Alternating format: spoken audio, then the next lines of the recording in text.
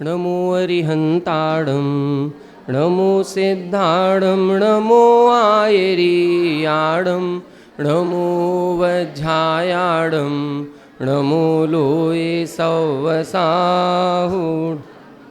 मोक्षमार्गस्य नेतारं भेत्तारं कर्मभूभृतां ज्ञातारं विश्वतत्त्वानां वंदे तद्गुणलब्धये। 1008 श्री मूलनायक नेमिनाथ भगवान की, द्वासांग जिनवाणी माता की, आचार्य श्रेष्ठ आचार्य गुरुवर श्री 108 उमा स्वामी जी महाराज की, आचार्य श्रेष्ठ आचार्य गुरुवर श्री 108 विद्यासागर जी मुनिराज की, आचार्य श्रेष्ठ आचार्य गुरुवर श्री 108 समय सागर जी महाराज की, तीर्थ चक्रवर्ती जगत पूज्य निर्यापक श्रमण मुनि पुंगव श्री 108 सुधा सागर जी महाराज की, समस्त मुनि संघ की जय। चलिए, 8 कर्मों के बंध के कारण, इस पर अपनी चर्चा चल रही है।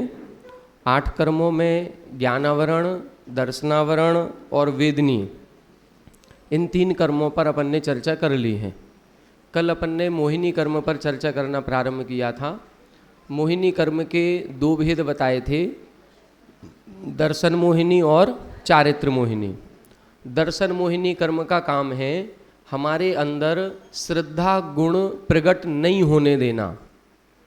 जो सच्चे देवसास गुरु हैं उनके प्रति, अपनी आत्मा का जो वास्तविक स्वरूप है उसके प्रति कोई भी सच्चा वास्तविक जो ज्ञान है वो प्रकट नहीं होने देना, ये मोहिनी कर्म का, दर्शन मोहिनी का काम है।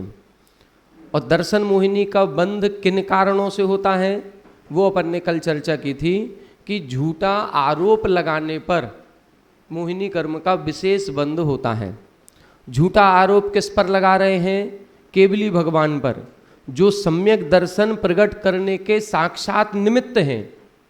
यहाँ पर भी वही चीज़ देखनी है, जो सम्यक दर्शन के निमित्त हैं उन निमित्तों पर ही हम झूठा आरोप लगा रहे हैं। तो फिर सम्यक दर्शन कैसे होगा?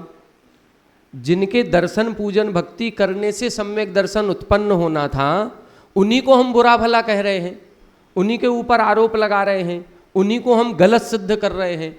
तो फिर हमारी श्रद्धा कहाँ रही? और जब सच्चे देवसास गुरु पर श्रद्धा नहीं होगी तो फिर हमें सम्यक दर्शन कभी प्रकट नहीं होगा। और बल्कि ऐसे कर्मों का बंध होगा कि आज तो ऐसे सच्चे देवसास गुरु का सानिध्य मिला है, आगामी भवों में ये सानिध्य ही नहीं मिलेगा। आज अपने यहाँ अपन ऐसे देश में जन्म लिए हैं जहाँ पर इनके सब मंदिर मिल रहे हैं, गुरु महाराज मिल रहे हैं। किसी अरब कंट्रीज में जन्म हो जाता तो अब अगला भाव, जो इस भाव में अभी सच्चे देवसास गुरु मिलने के बाद भी और उस कुल में जन्म लेने के बाद भी अब उनके ऊपर और उल्टा दोषारोपण कर रहे हैं। अब समझ लेना उनका अगला जन्म या तो त्रियंच योनि में होगा या नरक योनि में होगा, जहाँ मिलने ही नहीं है, सच्चे देवसास गुरु मिलेंगे ही नहीं।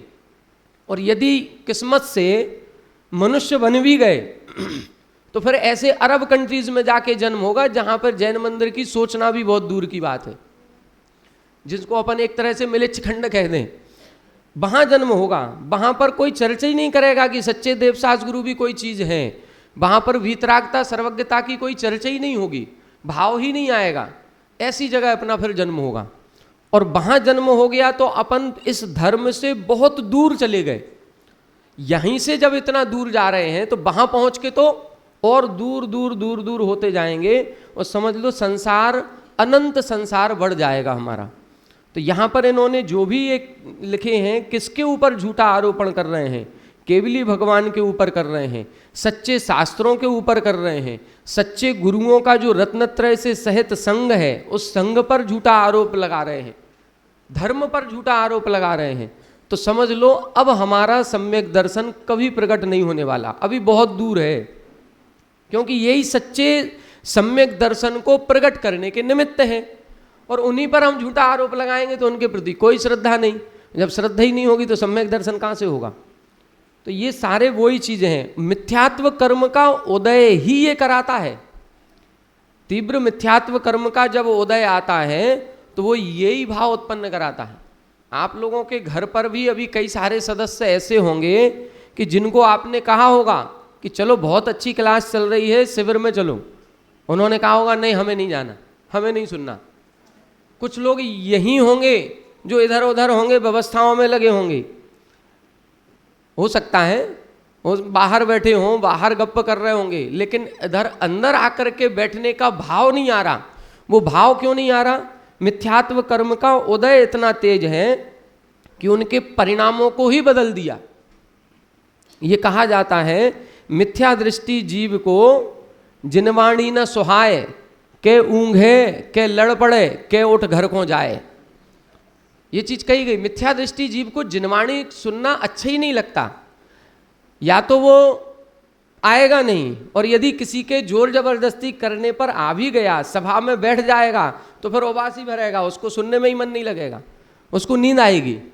उसके कानों में शब्द पड़ेंगे लेकिन शब्दों की तरफ उसका ध्यान ही नहीं जाएगा, वो तो कहीं दूसरी बातें सोचेगा। ये मिथ्यात्व कर्म करा रहा है। अथवा लड़ाई झगड़ा कर लेगा, अथवा उसका मन नहीं लगेगा तो उठ के चला जाएगा। ये जिनवाणी का अतिशय भी कह सकते हैं कि मिथ्या दृष्टि जीवों के कानों में बहुत अच्छे शब्द पड़ेंगे ही नहीं। मिथ्या दृष्टि जीव, अब हमें क्या करना है? उस मिथ्यात्व को कम करना है। यदि कहीं कुछ ऐसा हो रहा है तो हमें थोड़ा सा अपने आप को डाइवर्ट करना होगा। कम से कम ठीक है, मत मानो किसी की, लेकिन सुन तो लो। ये नहीं कह रहे हैं कि इस कक्षा में या कोई महाराज जी हैं प्रवचन करते हैं तो हम ये नहीं कहें कि महाराज श्री सब छुड़वाते हैं, महाराज श्री को क्या है, उनने तो सब छोड़ दिया, अब हमारा और छुड़वाने में लगे हैं, हमें नहीं जाना उनके पास। नहीं, वो ये कहाँ कह रहे हैं कि तुम छोड़ ही दो, वो तो एक मार्ग बता रहे हैं। मुनिराज का जो प्रवचन होता है या जिनवाणी की जो बात या कथन है वो एज अ साइन बोर्ड, हम जो रोड पर जाते हैं तो लिखा रहता है गुवाहाटी इस तरफ, ये इस तरफ, वो उस तरफ, साइन बोर्ड लगाए। अब हमें किस तरफ जाना है ये हम डिसाइड करेंगे, कोई जबरदस्ती थोड़ी भेजेगा। तो महाराज के प्रवचन क्या है? महाराज के प्रवचन बता रहे हैं ये काम करोगे तो संसार में जाओगे, ये काम करोगे तो स्वर्ग में जाओगे, ये काम करोगे तो नरक में जाओगे, ये काम करोगे तो मोक्ष जाओगे। अब पसंद अपनी अपनी, किसको कहाँ जाना है। महाराज को कभी ये नहीं देखा होगा कि वो हाथ पकड़ करके तुम्हें जबरदस्ती कोई नियम दिला दे और तुमसे नियम पालन करवा दें, करवा ही नहीं सकते। एक पिता अपने बेटे से जबरदस्ती नहीं करवा पा रहा है कोई काम की, तो महाराज क्यों करवाएंगे? कोई भी किसी से कुछ नहीं, बस लेकिन वो एक उपदेश दे रहे हैं, वो सच्चा मार्ग बता रहे हैं। तो हमारा फर्ज केवल इतना है कि सुन लो।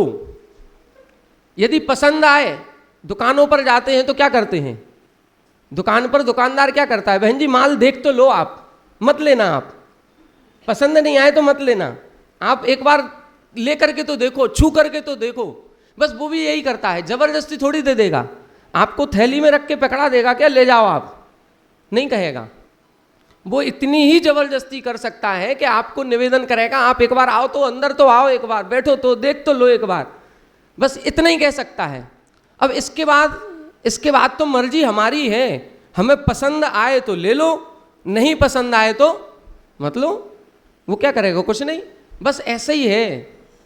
ये जितनी ये शिविर चल रहे हैं, चाहे कक्षाएं चल रही हैं, चाहे मुनिराजों के प्रवचन होते हैं, चाहे माताजी के जितने भी ये धर्म का उपदेश देने वाले हैं, ये केवल आपको एक रास्ता दिखा रहे हैं कि एक रास्ता ये है, एक रास्ता ये है, एक रास्ता ये है। अब आप कौन से रास्ते पर जाना चाहते हैं वैसा काम करने लग जाओ, बस इतना ही सा तो कह रहे हैं। तो सुनेंगे, यदि समझ में आता है तो अपना रास्ता बदल जाएगा, और सुनेंगे ही नहीं तो समझ लो फिर हमारा कोई भी करता धरता नहीं है, फिर हम अपनी मन मर्जी के हैं, गलत रास्ते पर जाएंगे तो फिर अब कोई रोकने टोकने वाला नहीं है। तो कभी भी चाहे घर हो, घर पर भी माँ बाप अपने बच्चों को एक रास्ता दिखाते हैं कि बेटा ऐसा नहीं करना, ये करना है। अब वो नहीं मान रहा है, नहीं मानेगा तो क्या करेंगे? जबरदस्ती आज किसी के साथ भी नहीं कर सकते। अब तो घटनाएं ऐसी होने लगी कि यदि छोटे से बच्चे के हाथ से मोबाइल छीन लिया और नहीं दिया तो या तो वो माँ को मार देता है, पिता को मार देता है, या नहीं तो खुद सुसाइड कर लेता है। ये घटनाएं हो रही हैं। छोटे छोटे 6वीं 7वीं 8वीं के बच्चे जो अभी केवल 10-12 साल के हैं, उनको यदि मोबाइल नहीं दिया किसी कारण से, तो या तो वो माँ का मर्डर कर रहा है और नहीं तो खुद सुसाइड कर ले रहा है। कई अखबारों की न्यूज़ आने लगी है। अब क्या करो उसके लिए, लेकिन समझाना तो पड़ेगा। अब समझाने के बाद यदि किसकी दुर्गति होनी है, अब उसको कोई नहीं रोक सकता। लेकिन फिर भी इसका मतलब ये नहीं है कि समझाना बंद कर दें।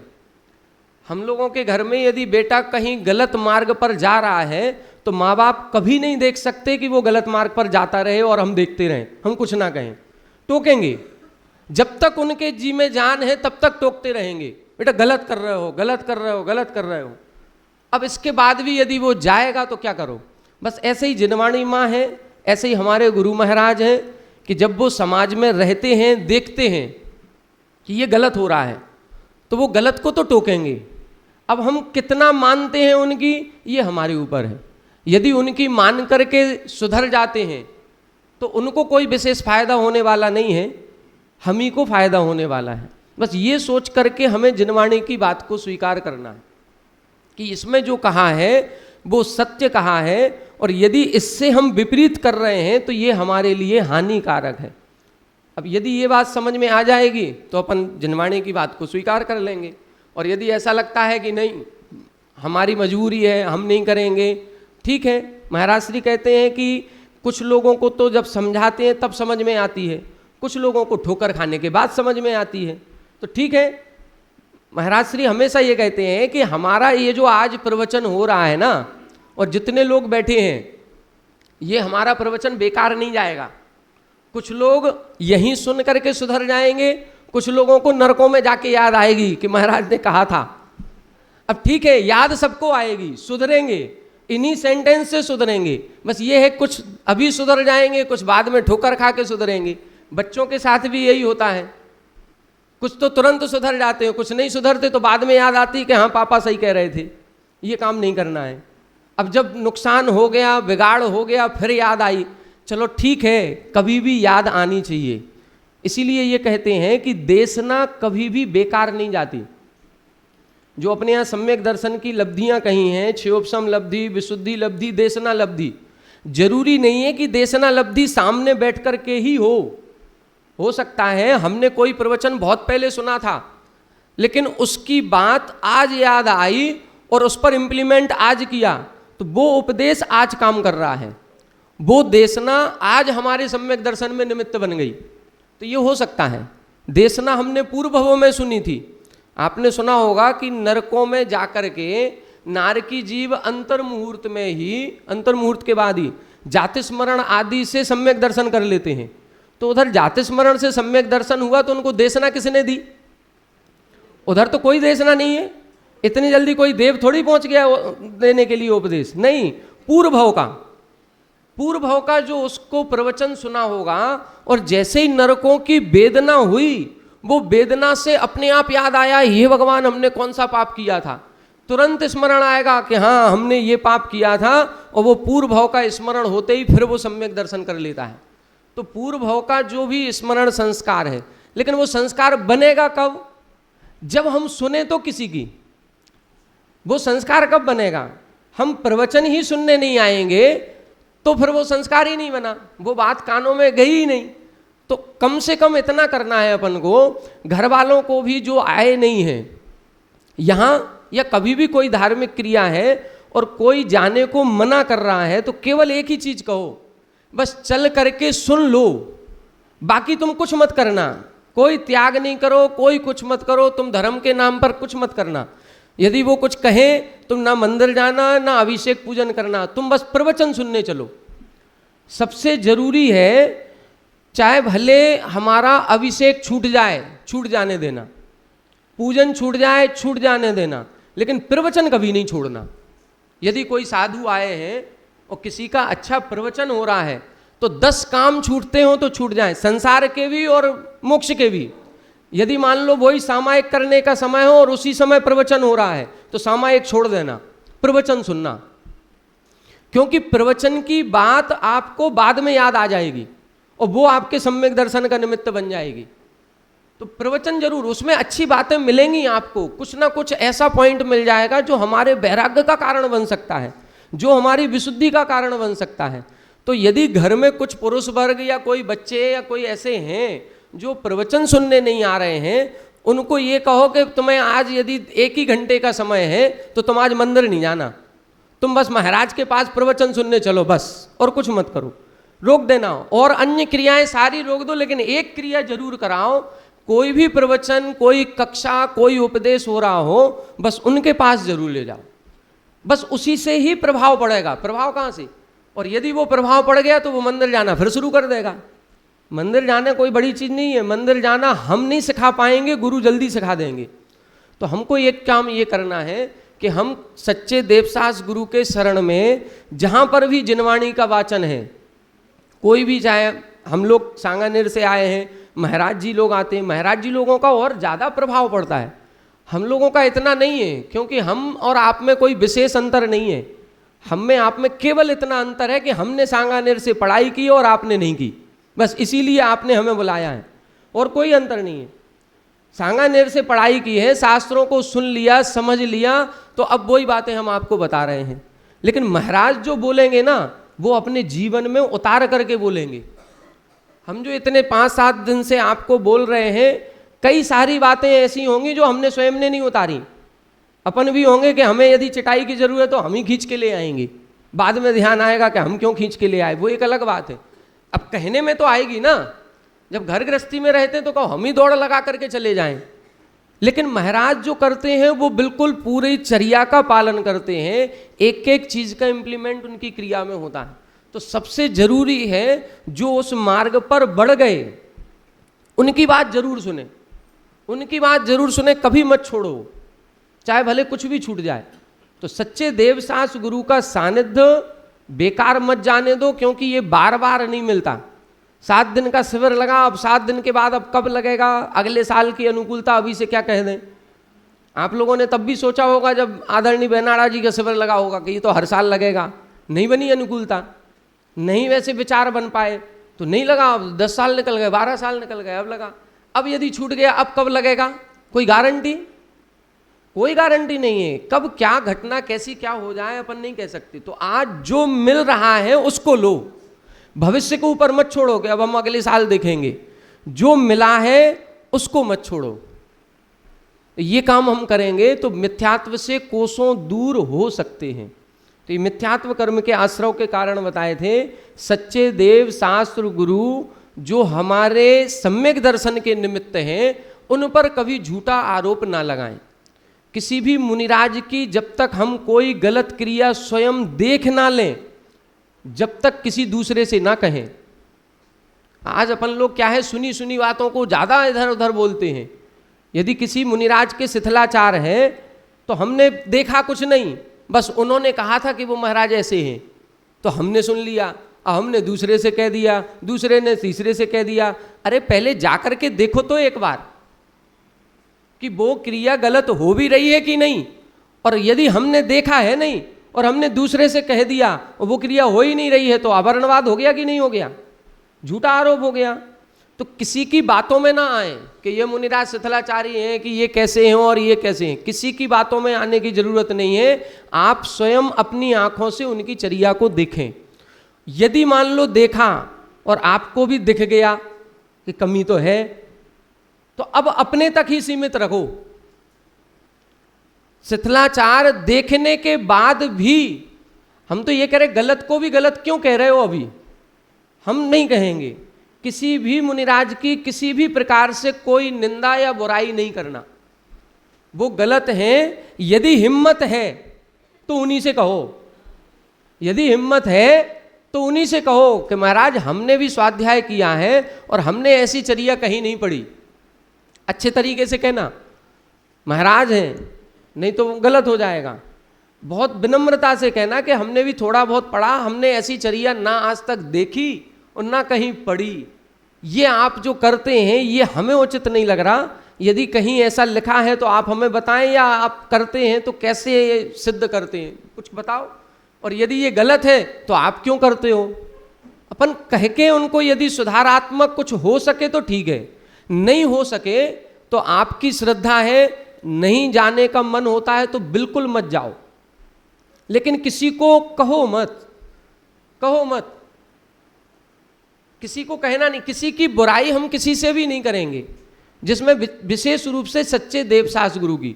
जो व्यक्ति जाएगा वो स्वयं समझदार है, उसकी श्रद्धा कैसी है वो स्वयं देखेगा ना, कि उसको कैसे साधु अच्छे लगते कैसे नहीं लगते।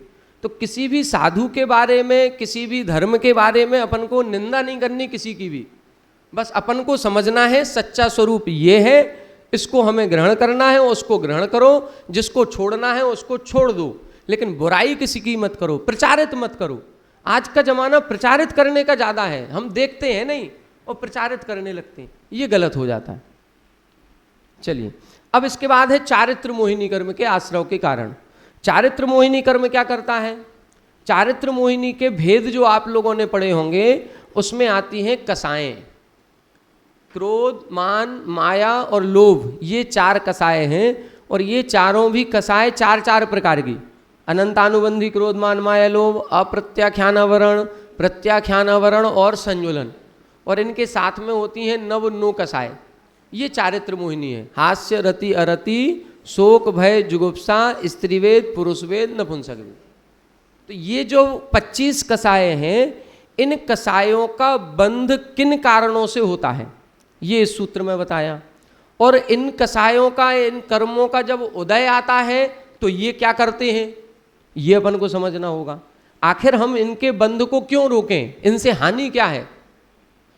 इनसे हानि अपन को यह है कि जब जब हम कसाय के भाव करते हैं हम अपने आत्मा के स्वभाव से दूर होते जाते हैं।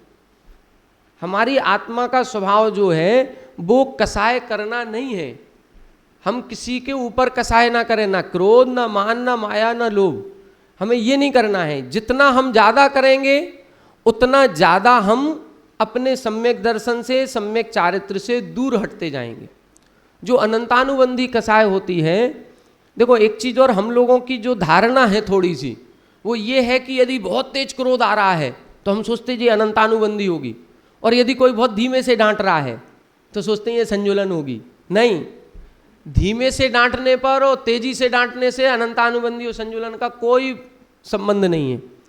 संबंध इससे है कि वो कसाय जो हुई, मन में एक भाव आया है, वो लंबा समय, कितने लंबे समय तक चला, ड्यूरेशन। आज छोटी सी बात हुई थी और उस छोटी सी बात को हम 6 महीने से ज़्यादा तक खींच के ले गए। हमको साल भर हो गई, 2 साल हो गई और हम आपस में बोल ही नहीं रहे हैं, तो अनंतानुबंधी है। 6 महीने से ज़्यादा, 6 महीने से ज़्यादा यदि कोई कसाय चलती है तो अनंतानुबंधी है। 6 महीने से कम और 15 दिन से ज़्यादा है तो अप्रत्याख्यानावरण है। 15 दिन से कम और अंतर्मुहूर्त से ज़्यादा है तो प्रत्याख्यानावरण है। और जो कसाय मात्र अंतर्मुहूर्त चलती है उसको संजुलन कहते हैं। तीव्रता से मतलब नहीं है। संजुलन कसाय वाले जीव जो हैं, मुनिराज हैं, वो भी बहुत तेजी से डांट सकते हैं। कभी कभी आप लोग अपन देख लें कि कोई मुनिराज हो बड़ा तेज गुस्सा कर रहे हैं, किसी कमेटी वाले को डांट रहे हैं, क्यों हमने कहा था ना इधर ये मंच हमारा ऐसा बनाना, ये चौका ऐसा रखना, ये परेशानी होती है। अब हो सकता है वो ये कह रहे हो कि इधर बनाओगे तो जीवों की हिंसा होगी, तुमसे कहा था घास में मत बनाना, इधर बनाना, और यदि उनने घास में बना दिया तो डांटेंगे नहीं?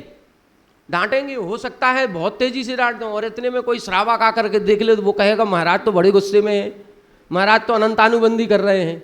नहीं, अनंतानुबंधी नहीं है वो, अनंतानुबंधी नहीं। बस ये देखना पड़ेगा कि वो डांटने के बाद जब उसी व्यक्ति, कमेटी वाले अध्यक्ष मंत्री ने जब नमोस्तु किया तो महाराज ने हाथ उठाया कि नहीं उठाया।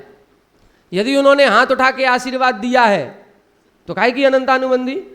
सब भूल गए, गुस्सा करने के बाद भी अब आशीर्वाद दे रहे हैं। और यदि वो कहे कि नहीं तुमने तो हमारा काम बिगाड़ दिया, तुम्हें नहीं देंगे आशीर्वाद, यदि उनको ऐसा भाव आ जाए कि इसने काम बिगाड़ा था, ये तो हमारा दुश्मन है, शत्रु है, इससे बात ही नहीं करनी, तो फिर कसाय दूसरे रूप में हो जाएगी। कितने दिन तक वो बात याद रहती है उस पर डिपेंड करेगा। तो अनंतानुबंधी, संजुलन आदि जो है ये ड्यूरेशन पर डिपेंड करती हैं।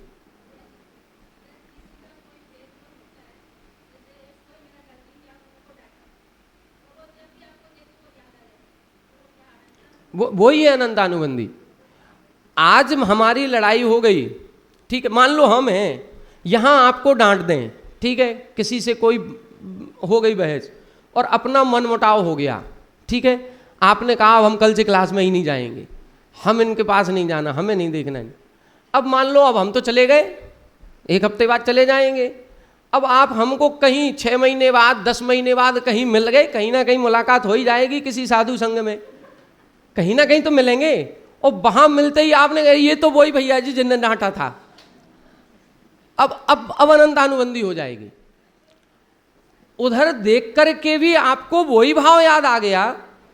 यदि हाँ आपको ये बात देखो, याद आना कोई बड़ी चीज नहीं है, याद आने के बाद कैसे भाव हो रहे हैं, याद आने के बाद कैसे भाव हो रहे हैं। हो सकता है ऐसी याद आ जाए कि अरे ये वही भैया जी हैं जिनने डांटा था और उस डांट के बाद हमारे जीवन में बहुत सुधार हुआ, ये भी हो सकता है।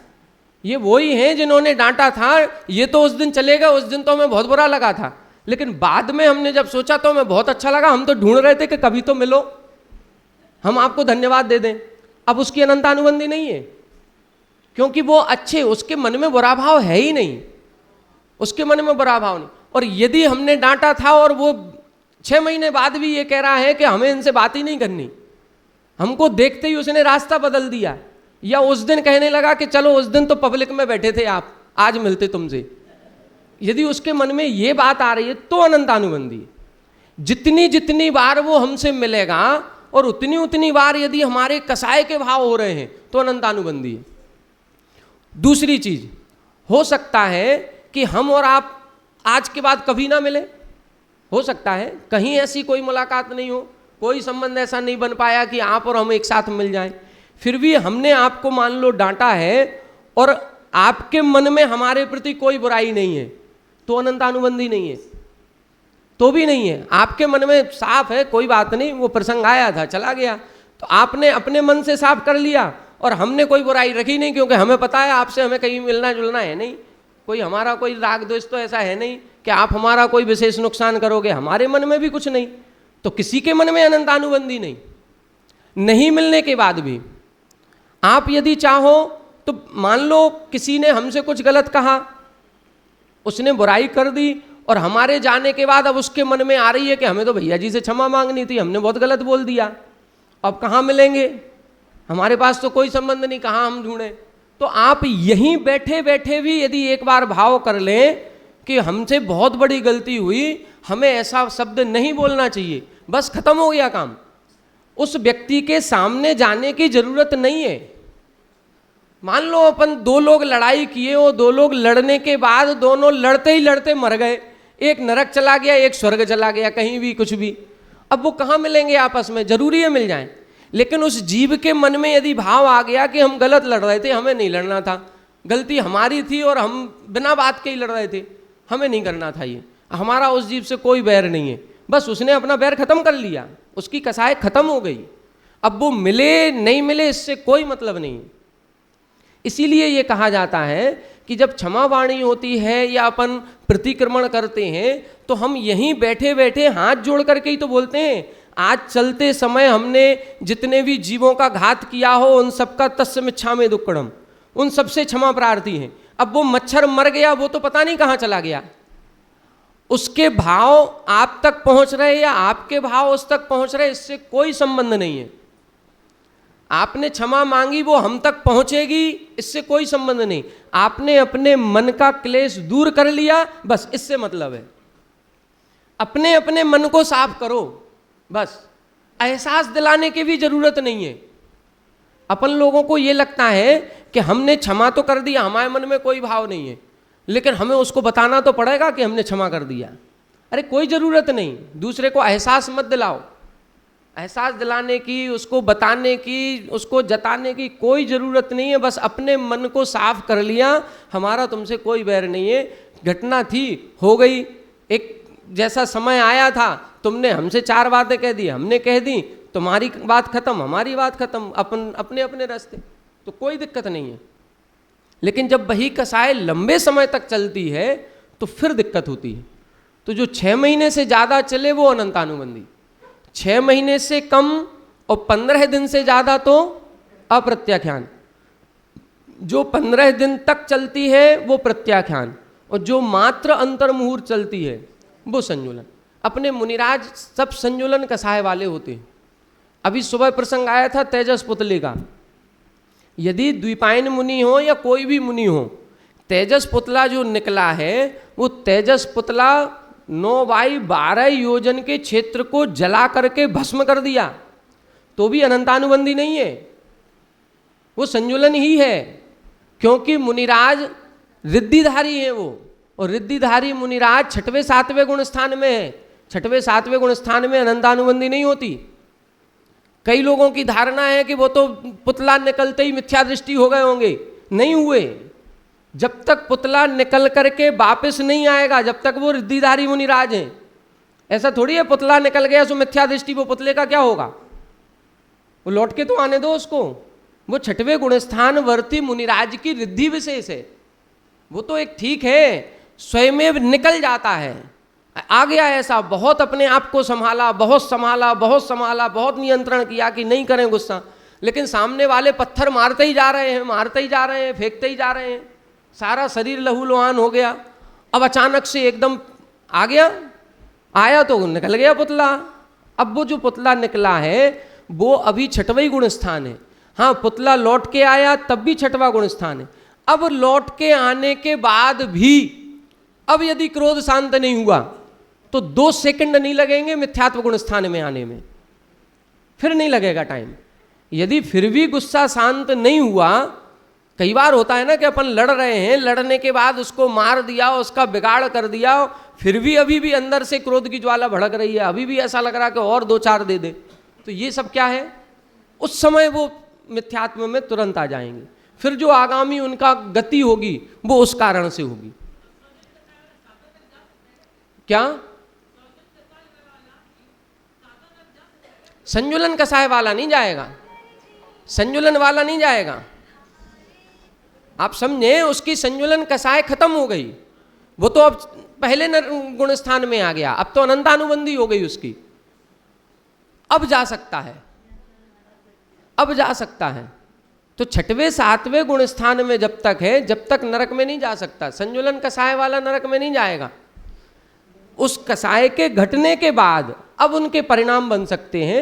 अब परिणाम बनने के बाद कुछ भी हो सकता। एक प्रसंग ये भी मिलता है कि जब द्विपायन मुनि के वो क्रोध आया उस समय तो उनके तेजस पुतला नहीं निकला, उसी समय उनकी मृत्यु हो गई। जब वो पत्थर मार रहे थे सारे, वो मृत्यु हुई, और विशेष संक्लेश भाव में मृत्यु होने के कारण वो भवनवासी देव बने, और भवनवासी देवों में अग्नि कुमार देव बने। और जैसे ही उधर देवों में अग्नि कुमार देवों में उत्पन्न हुए, तुरंत अंतर मुहूर्त में अवधि ज्ञान लगाया, हम कहाँ से इधर आए। पता चला कि हम तो पहले मुनि थे और इन यादवों ने हमको ये सब कुछ किया है, इन्होंने किया है। अब वो अग्नि कुमार देव बन करके आए और उन्होंने पूरी द्वारका में आग लगा दी। तो वो भी एक प्रसंग है। वो मुनि ने नहीं किया, लेकिन मुनि के जब वो परिणाम गिर गए तो उन परिणामों के गिरने पर वो भवनवासी देव बन गए, फिर जाकर के किया। दोनों प्रसंग है, दोनों में अपन को कोई आपत्ति नहीं है। अपन को तो विषय को समझना है कि विषय क्या चीज़ है। बस अपन को कसाय समझनी है कि कसाय का ड्यूरेशन कितना है, उसको कम करने की कोशिश करना है। कसाय की तीव्रता से विशेष फर्क नहीं पड़ता।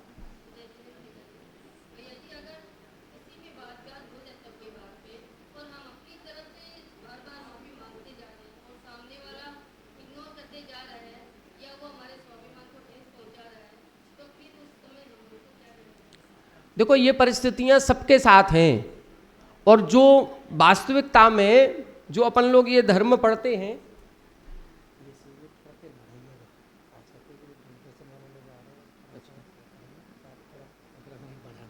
ठीक, कोई बात, ठीक है, ठीक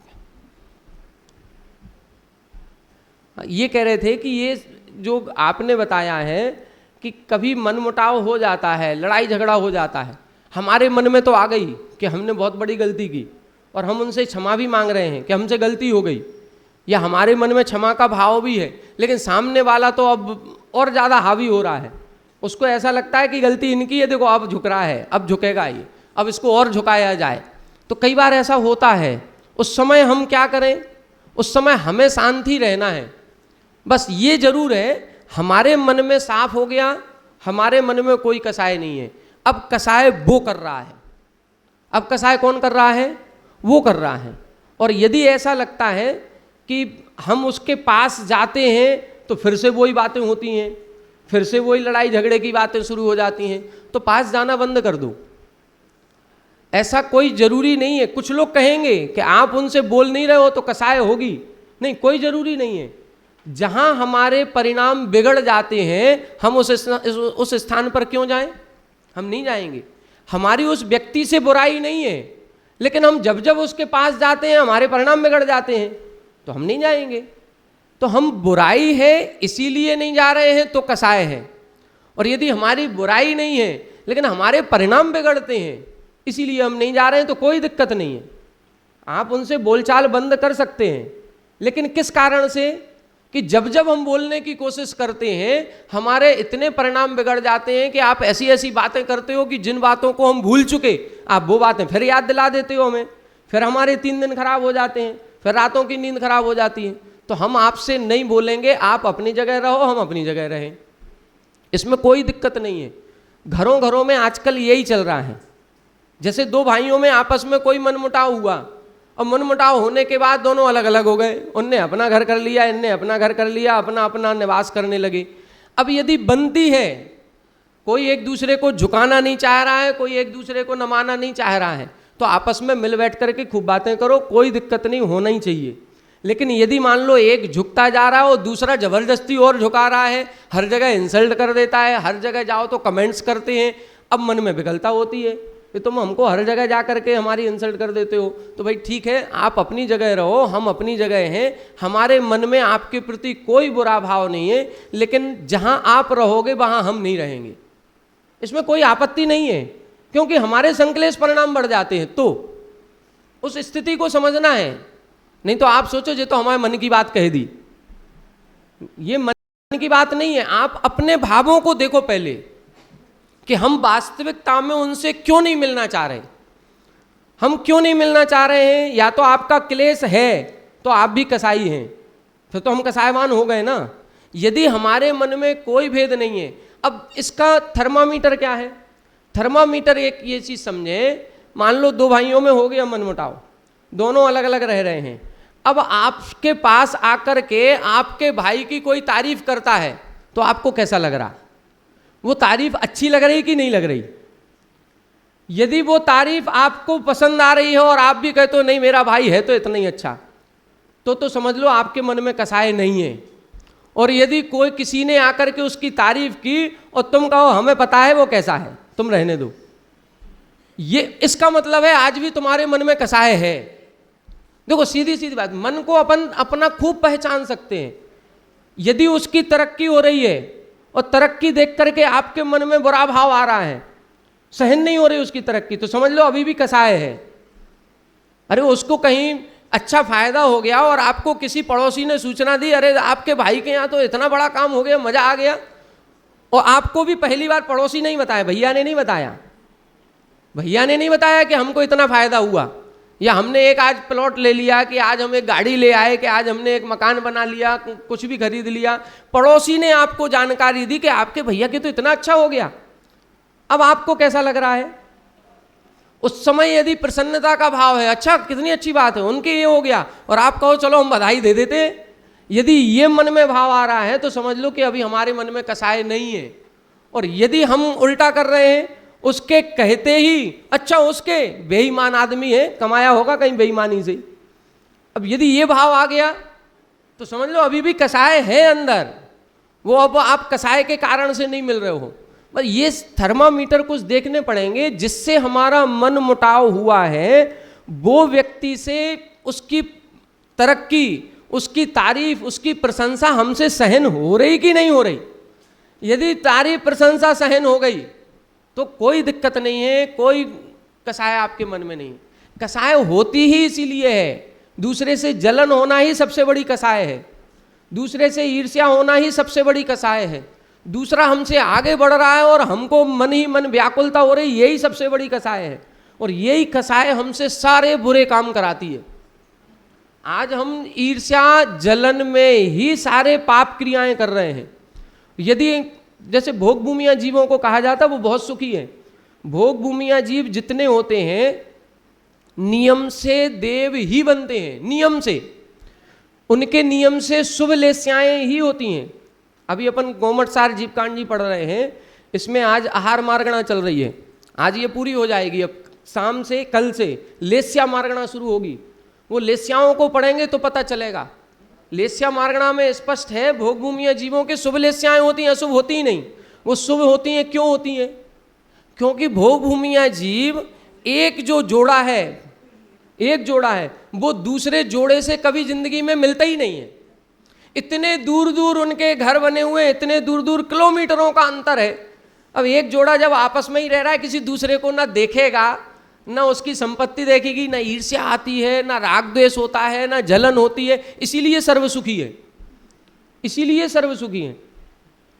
हम लोगों का जूनियर हाई स्कूल है और कभी बीच में कभी जनगणना वगैरह होती है तो हम लोगों को जाना पड़ता है। एक बार हमारी एक गांव में नौकरी थी, जब हमारी ज्वाइनिंग हुई थी उसी समय एक ओबीसी वगैरह जो कास्ट है उन सबकी जनगणना करने का आया कि आपको करना है। तो हम गांव में घूमे, फिर जाना पड़ेगा एक एक घर में, लिखें किस में कितने सदस्य हैं, क्या है कैसा है। पता चला कि उस गांव की हमने पूरी जनगणना कर ली और एक व्यक्ति ने बताया कि एक परिवार उधर दूर खेतों में जाके रहता, 2 किलोमीटर दूर अंदर जा करके। हमने कि जाना तो पड़ेगा, नाम तो नोट करना पड़ेगा, कौन है, कितने परिवार के सदस्य हैं, क्या है। तो एक व्यक्ति को बैठाल करके 2 व्हीलर से गए हम, खेतों में से, पगड़ी डंडियों में से घूमते घूमते चले तो गए। रास्ते में बस यही लगता रहा कि इधर गाड़ी पंचर हो जाए तो कुछ नहीं मिलेगा, कहाँ ढड़काएंगे, कहाँ लेके जाएंगे। 3 किलोमीटर अंदर खेतों में ले गया और जा करके उधर देखा तो एक बीच खेत में उसने झोपड़ी बना करके रखी है, कोई नहीं आसपास, सब 2-2, 3-3 किलोमीटर दूर है सब कुछ। बस वहाँ रहता है, उसकी माँ थी, उसके 2 या 3 बेटे थे, उनके सब हमने नोट किया। हमने फिर पूछा, हमने कि क्यों भाई और कोई नहीं है परिवार में सदस्य? बोले इन 3 की शादी तो हुई थी लेकिन सब छोड़ के भाग गई। हमने कि तुम इतने दूर रहोगे तो क्या होगा? बोले हम यहीं रहते हैं। हमने कि खाना पीना कैसे क्या करते हो? बोले सब्जी पानी यहीं उगा लेते हैं, कभी ज़रूरत पड़ती है तो 15 दिन में एक बार ट्रैक्टर ट्रॉली लेके चले जाते हैं तो ले आते हैं, इतने में काम हो जाता है। तो हमने कि अकेले मन लग जाता है इतने उसमें? बोले बट सर्वसुखी हैं, बोले सर्वसुखी हैं, ना किसी को देख रहे हैं, ना किसी से कोई लेना, ना किसी से देना। हमें लगा बस भोग भूमि ऐसी होती है, भोग भूमि ऐसी होती है। उस समय यही ध्यान आया कि यही है सर्वसुखी। मतलब उनकी पत्नी भी छोड़ के चली गई, उसको गम नहीं है।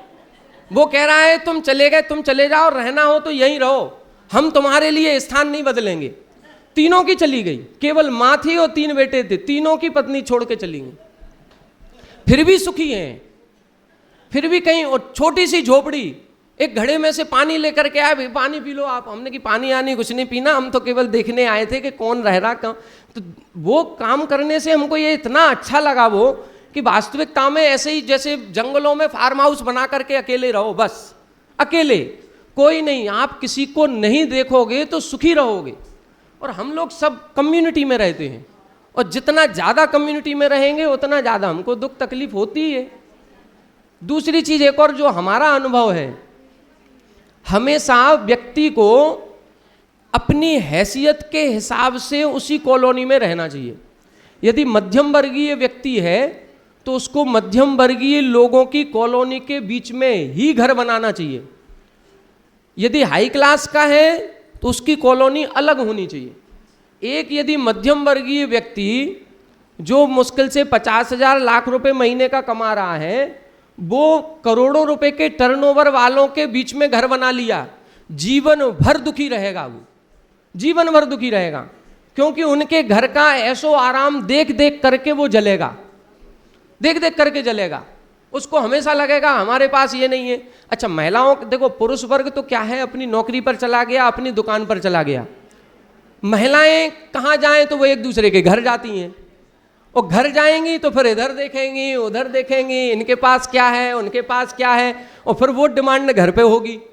उनके घर हम ये देख करके आए, बहुत अच्छा लगा, ये अपन को भी चाहिए, उनके घर ये है, उनके घर ये है, ये सारी चीज़ें होंगी। अब जब जाएंगे आएंगे कहीं तो फिर वो ईर्ष्या जलन होगी। या तो हम कर लें, और यदि कर नहीं पाएंगे तो दूसरे से जलन होती है, फिर राग द्वेष बढ़ता है।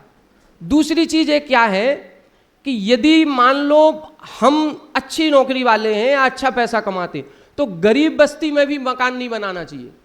कई लोग ये कहते हैं कि उस समय तो सारे लोग कहेंगे यार इनके पास खूब पैसा है। वो कहेंगे नहीं, वो बद्दुआएं देंगे, वो कहेंगे नहीं। यदि हमने गरीब बस्ती में सबका मकान 1 मंजिल का है और हमारा 3 मंजिल का है, तो ये मान करके चलो जितने ये 1 मंजिल वाले हैं ना, 100 घर होंगे, तो 100 के 100 घर आपको एक तरफ से कोसेंगे कि ये देखो इसका 3 मंजिल बन गया, ये देखो ये कहाँ से पैसा कमा रहा है, ये देखो इसके यहाँ क्यों इतनी बढ़ोतरी हो रही है। उनको अपने आप में ये नहीं लगेगा कि एक अच्छा व्यक्ति हमारे बीच में है, बल्कि उनको उल्टा होगा, उनकी दुर्भावनाएं मिलेंगी। तो हमें ऐसा लगता है कि अपने अपने लेवल वालों के साथ ही रहना चाहिए, ना ज़्यादा हाई क्लास के साथ रहो, ना बिल्कुल लोअर क्लास के साथ। हम जिस क्लास के हैं उस क्लास के साथ ही अपनी कम्युनिटी बनानी चाहिए, तो बहुत सुखी रहेंगे। और सबसे अच्छा है, नहीं तो अकेले रहो बढ़िया। नो कसाय का बता रहे हैं, ये तो मेन कसाय हो गई। नो कसाय जो होती है उसको बोलते किंचित कसाय। वो कोई विशेष कर्म का बंध नहीं कराती। जितना हमारे क्रोध, मान, माया, लोभ के परिणाम होते हैं, इनमें जितना कर्म बंध होता है, उन नो कसाय में उतना कर्म बंध नहीं होता। और नो कसाय का उदय बहुत थोड़े समय के लिए होता है, अंतर मुहूर्त के लिए। हमें हंसी आएगी, कितनी देर तक आएगी, कितनी देर तक प्रसन्न रहेंगे, बहुत के अच्छे हंस रहे हैं। दुखी रहेंगे तो बहुत ज़्यादा देर तक दुखी भी नहीं रहेंगे। मतलब ये जो नो कसाय हैं, राग भाव, द्वेष भाव, ये बहुत ज़्यादा देर नहीं रहता है, इसीलिए इनको किंचित कसाय कहते हैं। और ये जो नो कसाय है, ये किसी भी चारित्र का घात नहीं करती। इन नो कसाय के उदय में भी चारित्र बना रह सकता है।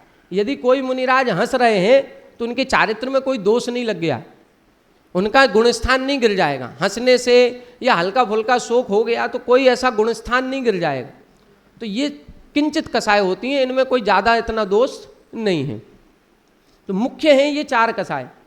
अब यदि हमारे अनंतानुबंधी है, 6 महीने से ज़्यादा वाली कसाय है, तो वो कसाय यदि है तो ये पक्का मान करके चलो हमारे पास सम्यक दर्शन नहीं है। सम्यक दर्शन 2-3 तरह से अलग अलग होगा। एक तो बाह्य व्यवहार में तो ये होता है कि हम सच्चे देवसास गुरु को मानें, सच्चे देवसास गुरु को ही उनकी भक्ति करें, उन्हीं की ही पूजा करें, उन्हीं की ही श्रद्धा करें, अन्य की नहीं करें। एक तो सम्यक दर्शन ये है। अब हम में से सारे जितने लोग हैं, मैक्सिमम सच्चे देवसास गुरु के ही भक्त हैं, नहीं जाते कहीं। तो क्या हम सम्यक दृष्टि हैं? अभी एक पक्ष से सम्यक दृष्टि है। एक पक्ष क्या कि हम सच्चे देवसास गुरु को ही मानते हैं, इस दृष्टि से सम्यक दृष्टि है। लेकिन अब दूसरी दृष्टि आएगी, करणानुयोग वाली दृष्टि। वो कहेगी कि आप अपना अंतरंग भी बताओ। बहिरंग में तो ठीक है कि आप सच्चे देवसास गुरु को ही मानते हैं, लेकिन अंतरंग में बताओ आपकी कसाय कैसी है। यदि कसाय हमारी 6 महीने से ज़्यादा वाली है तो पक्का मान करके चलो, हम कितनी ही भक्ति क्यों ना कर लें, हम सम्यक दृष्टि नहीं है। आगम सिद्धांत यही कहता है कि हम यदि हमारी कसाएं बहुत तीव्र हैं तो हम कितनी भी भक्ति करें, हम सम्यक दृष्टि नहीं है। अभी सम्यक दृष्टि होने के लिए सच्चे देवसास गुरु के प्रति समर्पण श्रद्धा के साथ साथ अपनी कसाएं भी 6 महीने से कम होनी चाहिए। इसीलिए जो धार्मिक अपन लोग सारे लोग हैं, इसीलिए जो व्रत आदि को मानते हैं, व्रत करते हैं, तो पर्युषण पर्व, दशलक्षण पर्व साल में 3 बार आते हैं। और साल में जब 3 बार आएंगे और 3 बार हम उत्तम क्षमा करेंगे, 3 बार क्षमा वाणी करेंगे, तो कोई भी कसाय हमारी 6 महीने से ज़्यादा रहेगी नहीं। क्योंकि साल भर में 3 बार आएंगे तो 6 महीने से ज़्यादा नहीं हो पाएगी। लेकिन हम लोग मैक्सिमम लोग ऐसे हैं कि जिनको पता ही नहीं है कि 3 बार आते, और 3 बार आते तो 2 बार और कब आते। आप लोगों में से बताओ किन किन को पता है कि दशलक्षण पर्व 2 बार और कब आते। एक तो अभी आएंगे भादों में, 2 बार और कब आएंगे। चलो महिलाओं को तो पता है, ये लोग व्रत करते हैं। पुरुष वर्ग में बहुत कम पता हो। मतलब एक माघ के महीने में भी आते हैं, एक चैत के महीने में भी आते हैं। अब लेकिन हम लोगों में ये धारणा है कि अपन लोग केवल भादों के 10 लक्षण आ रहे हैं, 10 लक्षण आ रहे हैं, इनमें तो विशेष महत्व देते हैं। उत्तम क्षमा के बारे में चर्चा भी करेंगे, प्रवचन भी सुनेंगे, ज़्यादा होगा तो व्हाट्सएप पर मैसेज भी भेज देते हैं, एक दूसरे के पैर भी छू लिए। लेकिन माघ और चैत के महीने में कभी नहीं होता, ये चर्चाएं ही नहीं होती। तो यदि ये चर्चाएं नहीं हो रही हैं तो फिर हमने साल भर में एक बार ही क्षमा मांगी, और एक बार मांगी तो हो सकता है बीच में 6 महीने से ज़्यादा हो गया तो फिर अनंतानुबंधी हो जाएगी। दूसरी चीज एक और ये है, आजकल हर तरह के डे चल गए, फादर्स डे, मदर्स डे, है ना, ऐसे ही क्षमावाणी डे। अब ये हमारा कहना ये है, आजकल क्या है, जब फादर्स डे आएगा उस दिन जरूर पापा के पैर छुएंगे, आज पापा फादर्स डे है। अरे तो फादर्स डे के दिन ही क्या पैर छूना है? नहीं, अरे वो चरण तो ऐसे पूजनी है, आप रोज छुओ ना, उसके लिए दिन बनाने की जरूरत नहीं है, वो तो रोज छुओ। ऐसे मदर्स डे है, यदि माँ है तो माँ के लिए अपन कभी भी कर सकते हैं, उसमें क्या दिक्कत है? हमारी माँ है, हम कभी भी उनको तारीफ करें, कभी भी उनको कुछ भी अच्छा कर सकते हैं, उनके लिए हमें डे की जरूरत नहीं है। इसी तरह से क्षमावाणी भी डे की जरूरत नहीं है कि क्षमावाणी तो वो अगस्त में सितंबर में जब आएगी तभी क्षमावाणी है।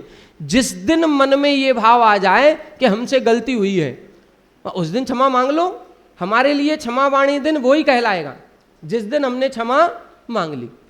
तो क्षमावाणी के लिए भी हमें इंतजार मत करो कि जब व्रत आएंगे और उसमें जब उत्तम क्षमा का दिन होगा तभी वो क्षमावाणी होगी। नहीं, ये तो हमारे मन के भाव हैं, कभी भी हम क्षमा कर सकते हैं, कभी भी क्षमा मांग ले जब गलती हो जाए और उस गलती का एहसास हो जाए। सबसे बड़ी एक और चीज अपने साथ ये है कि हम गलतियां करते हैं तो गलती का एहसास ही नहीं होता। कई गलतियां ऐसी हैं कि आपसी रिश्तेदारी में वो बड़े भाई से बात करो तो वो कहता कि हमें कोई दिक्कत नहीं है, हमें क्या परेशानी, और छोटे भाई से कहो तो वो भी कह रहा हमें कोई दिक्कत नहीं है, हमारा थोड़ी उनसे कोई बैर है। तो फिर बात कहाँ अटकी है? यदि उनको कोई बैर नहीं है, इनको कोई बैर नहीं है, तो बात कहाँ अटकी फिर? बस अंतर ये है कि वो कह रहे हैं कि हमारी गलती नहीं है, गलती उसकी थी, वो मान ले अपनी गलती तो हमें कोई दिक्कत नहीं है, और वो कह रहा है कि गलती हमारी नहीं थी, उनकी थी, उनको ऐसा करना चाहिए था क्या। बस दोनों एक दूसरे को दोषारोपण कर रहे हैं कि गलती तुम्हारी थी, वो कह रहा है गलती तुम्हारी थी, गलती जब हमारी नहीं थी तो हम क्यों माफी मांगे, वो कह रहा है गलती हमारी नहीं थी तो हम क्यों माफी मांगे। तो माफी कोई नहीं मांगना चाह रहा, बस अंतर यही आ रहा है। बस यहां ये करना पड़ेगा कि कोई एक व्यक्ति झुक जाए, कोई एक अकेला ये इतना कह दे कि भैया आपकी गलती नहीं थी, गलती हमारी थी पूरी। बस ये स्वीकार करते ही सारे रिश्ते अच्छे हो जाएंगे। हम लोग गलती को स्वीकार नहीं कर पा रहे हैं, चाहे भले वो भाई भाई हो, चाहे भले वो बाप बेटे हो, चाहे भले वो सास बहू हो, चाहे भले कोई भी रिश्ता लगा लो, हर रिश्ते में केवल दरार जो आ रही है वो उस ईगो पॉइंट की है कि हम अपनी गलती को कैसे स्वीकार करें। सबसे बड़ी चीज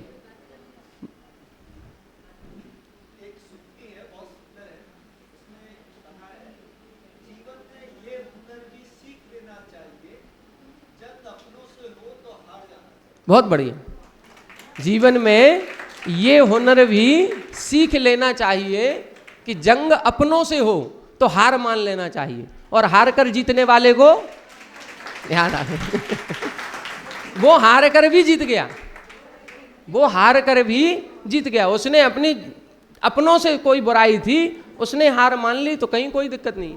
अपने साथ भी यही है, आजकल पति पत्नी के बीच में भी मनमुटाव हो रहा है, डाइवर्स हो रहे हैं। ये क्यों हो रहे हैं?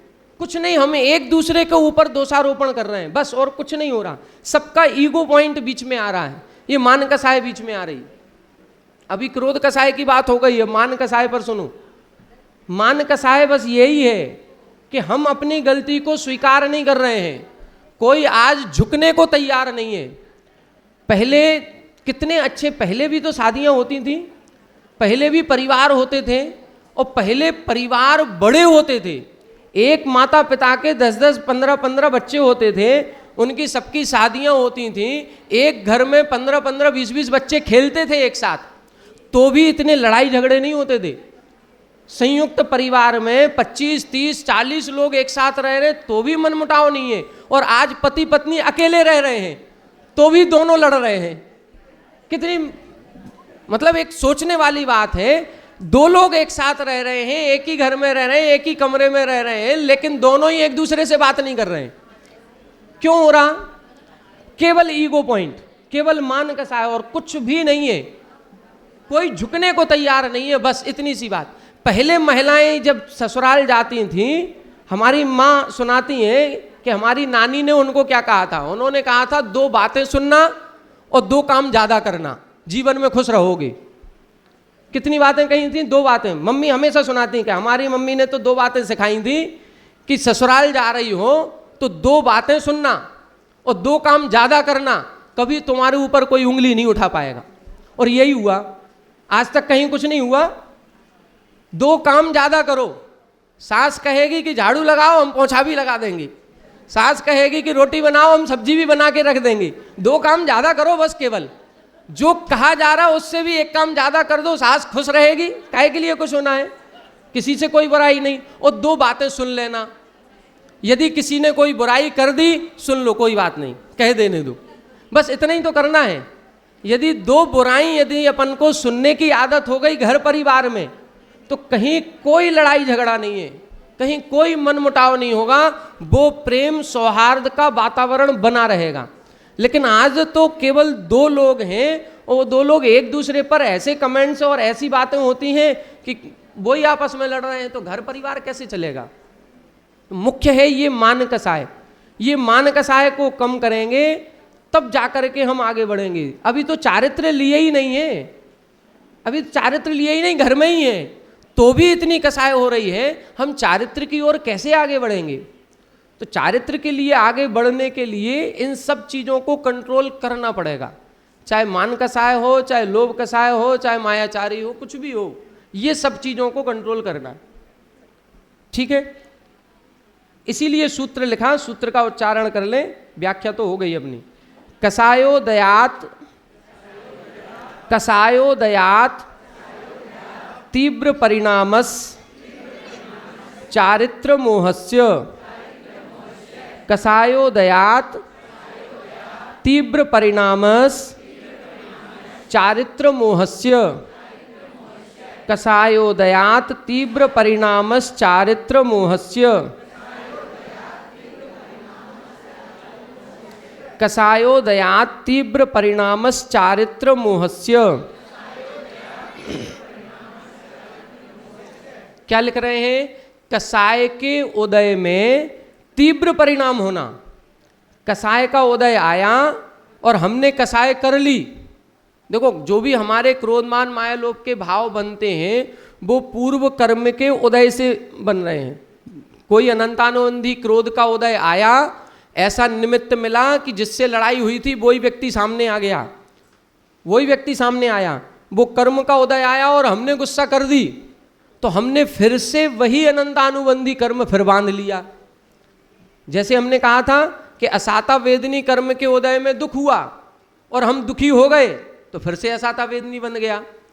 मिथ्यात्व के उदय में सच्चे देवसाज गुरु पर श्रद्धा नहीं हुआ, उनकी बुराई नजर आई और उनकी हमने बुराई कर दी, तो फिर से मिथ्यात्व कर्म बन गया। ऐसे ही कसाय के उदय में कसाय के भाव हुए और हमने कसाय कर ली, तो हमने फिर से इसी कर्म का बंध कर लिया। अनंतानुबंधी कसाय का जिस गुण स्थान तक उदय है उसी गुण स्थान तक बंध है। कभी जब आप लोग कर्म सिद्धांत को पढ़ेंगे तो उसमें पता चलेगा अनंतानुबंधी का उदय दूसरे गुण स्थान तक, बंध भी दूसरे तक ही है। अप्रत्याख्यानावरण कसाय का उदय चौथे गुण स्थान तक, बंध भी चौथे तक ही है। प्रत्याख्यानावरण कसाय का उदय 5वें गुण स्थान तक, बंध भी 5वें तक ही है। संज्वलन कसाय का उदय 9वें गुण स्थान तक, बंध भी 9वें तक ही है, अकेली सूक्ष्म लोभ की एक स्थिति को छोड़ करके। बाकी सारी जिस कसाय का उदय जहां तक है बंध भी वहीं तक है। अब यदि हम चाहते हैं कि हमारे अनंतानुबंधी कभी ना हो, तो हमें ये प्रयास करना पड़ेगा कि हम कभी भी ऐसी कोई घटना को याद नहीं करेंगे कि जो 6 महीने से ज़्यादा पुरानी हो। हम उस समय कोई भी ऐसी कसाय उदय में लाएंगे ही नहीं, वो कसाय भाव नहीं करेंगे। नहीं करेंगे तो अनंतानुबंधी नहीं बंधेगी। बस ये प्रयास अपन को करना है। जैसे भाव करेंगे वैसा ही कर्म का बंध हमको होता है। यहां तक ये मोहिनी कर्म का हो गया। अब यहां से आयु कर्म प्रारंभ हो रहा है।